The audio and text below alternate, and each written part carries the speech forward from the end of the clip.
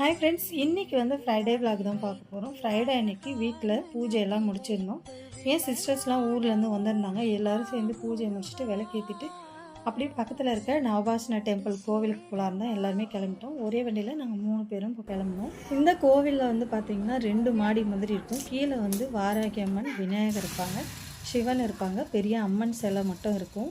வடபழனி சித்தர் சாமியோட சிலை இருக்கும். மேலே வந்து நவபாஷண முருகர் இருப்பார்.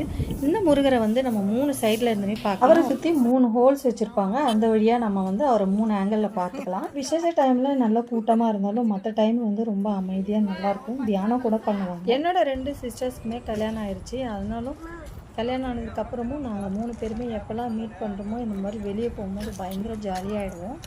அது ஒரு தனி சந்தோஷம் தான். சிஸ்டர்ஸ் மட்டும் சேர்ந்து எங்கன்னா வெளியே போகிறது. ஆஃப்டர் மேரேஜ்க்கு அப்புறம் இந்த ஃபீலிங்கை யாரெல்லாம் சந்தோஷமாக இருக்கீங்க, யாரெல்லாம் மிஸ் பண்ணுறீங்கன்னு மறக்காமல் கமெண்ட் பண்ணுங்கள்.